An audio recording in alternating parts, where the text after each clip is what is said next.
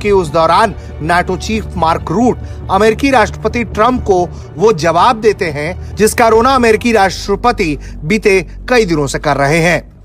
अब मोदी जी के साथ मिलकर कैसे काम किया वो बताऊंगा बाद में।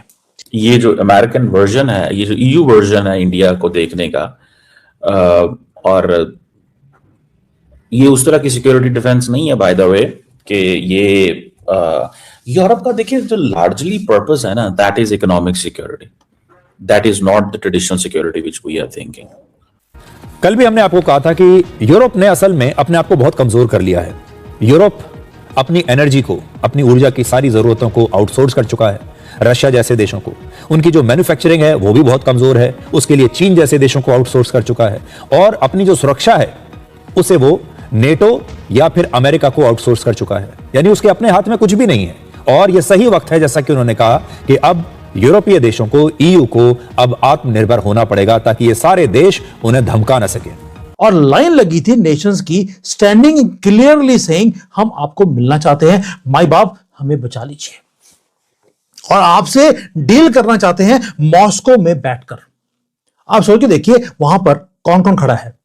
वो सिर्फ अलाइज नहीं है, वहां पर न्यूट्रल स्टेट्स हैं, नेटो की जो कंट्रीज हैं वो लोग भी वहां खड़े हुए थे।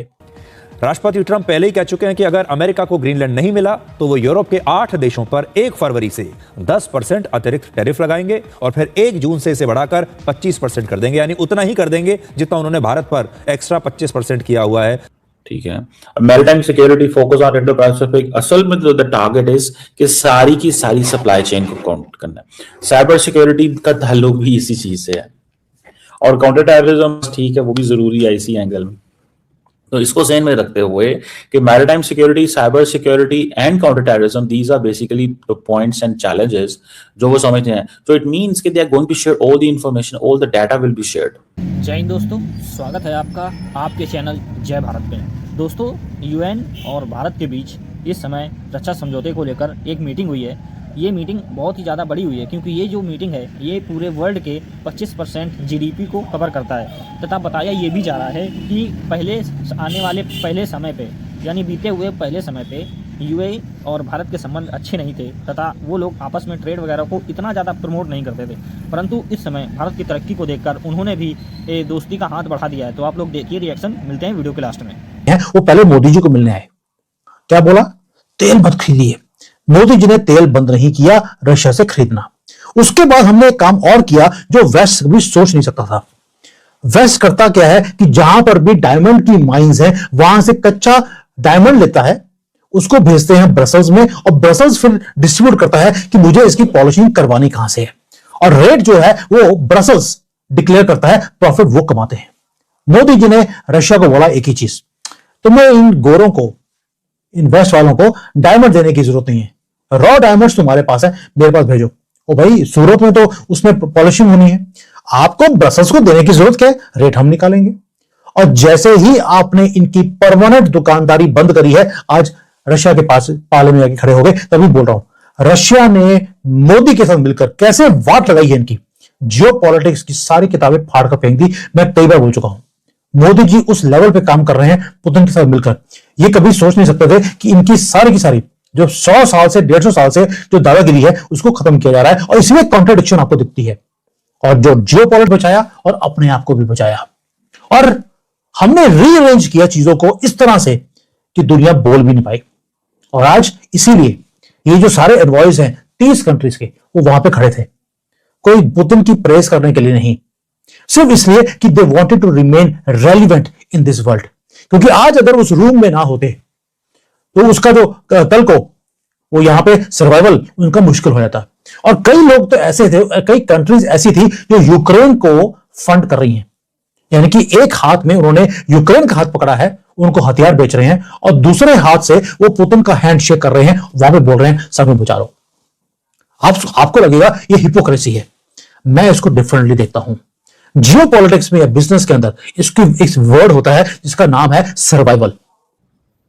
जो ठीक है, and then they will be sharing the classified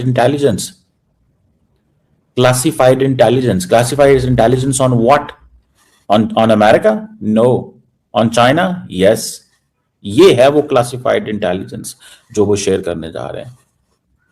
है वहां पर कॉन्ट्रडिक्शन होनी जरूरी है, बस एक स्ट्रॉन्ग लीडर की जरूरत होती है। अब ये रीजन क्या है? पहली बात यह है कि मोदी जी ने वाट लगा दी ना, तेल निकालते निकालते इनका तेल निकाल दिया। दूसरा एक और भी है, Russia is to big.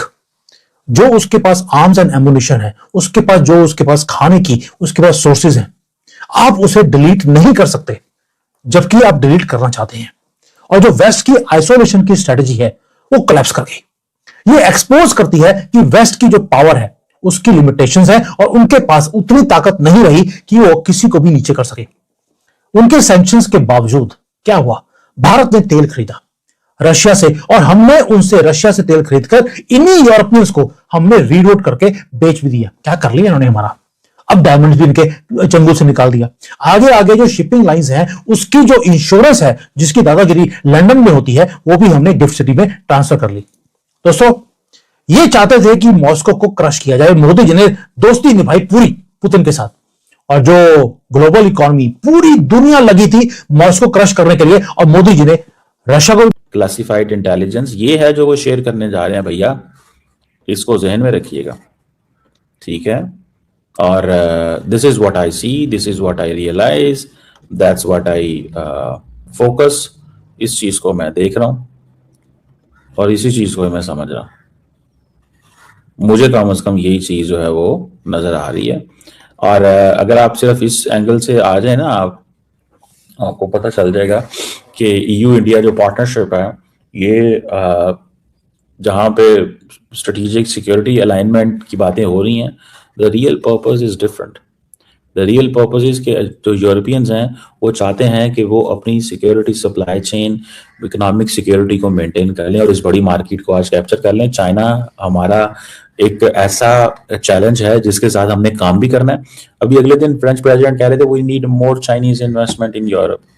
Basically तो वो अमेरिकन को कह रहे थे कि ठीक है तुम हमसे टैरिफ पे लड़ाइयां करते हो तो हम चाइनीज पैसे को ले आते हैं, but when it comes to the Chinese investment की बात आती है तो फिर वो यू हैव टू टेल कि किस किस्म की इन्वेस्टमेंट है, कैसी इन्वेस्टमेंट है और उस इन्वेस्टमेंट से क्या मिलेगा और क्या नहीं मिलेगा। समझ रहे हैं? ये क्वेश्चन तो बनता है ना उनका कि भाई वो जो इन्वेस्टमेंट है, जो चाइनीज इन्वेस्टमेंट है, वो तो अमेरिकन नहीं पसंद करते ना कि जैसी मर्जी इन्वेस्टमेंट हो। जी दे डोंट लाइक इट। हर बंदा जो मर्जी चाइना अपनी इन्वेस्टमेंट यहाँ पे ले आए, वो कभी भी ये पसंद नहीं करेंगे, नेवर एवर। फिर वहां पे वो पता चलेगा कि क्या चीजें हैं और किस तरह वो और कैसे जो है ना वो करते हैं। बहरहाल ये अगेन वो एक चैलेंज है हमारे लिए भी, सबके लिए भी, कि किस तरह का फ्यूचर होने जा रहा है। लेकिन EU लीडरशिप का ये कहना कि हम इंडिया के साथ security and defence partnership, India का स्टेटस उन्होंने बहुत ऊपर कर दिया भाई, बहुत ही ऊपर कर दिया। इससे बढ़ के और क्या इंडिया को चाहिए, टू बी ऑनेस्ट। ये जो वो security and defence partnership maritime में और इन चीजों में आप क्या समझते हैं इसमें? They are going to have repercussions. होता क्या है, अफ्रीका भी उसी लेंस से देखेगा, लैटिन अमेरिका भी उसी लेंस से देखेगा, सेंट्रल एशिया भी उसी लेंस से देखेगा, नॉर्थ अफ्रीका भी उसी लेंस से देखेगा, कॉकसस भी उसी लेंस से देखेंगे। रशियंस को भी मजीद उनकी क्रेडिबिलिटी और उन चीज़ों का पता चल जाएगा। तो बेसिकली ये जो डिफेंस पार्टनरशिप है, ये जब अर्सुला वॉन डर लेyen जो प्रेसिडेंट है EU की, वो जा रही हैं। आई होप आपने वीडियो में एंजॉय किया होगा। तो ऐसे ही वीडियो देखने के लिए सब्सक्राइब कीजिए जय भारत चैनल को। हमारे चैनल पे आपको Pakistani reactions, Pakistani girls reactions, Pakistani media reactions, Pakistani funny reactions, Pakistani cricket update, Pakistani last update, व वर्ल्ड न्यूज़ व पाकिस्तान की छोटी बड़ी न्यूज़ हमेशा मिलती रहेगी। तो मिलते हैं नेक्स्ट वीडियो में, जब तक के लिए जय हिंद जय भारत।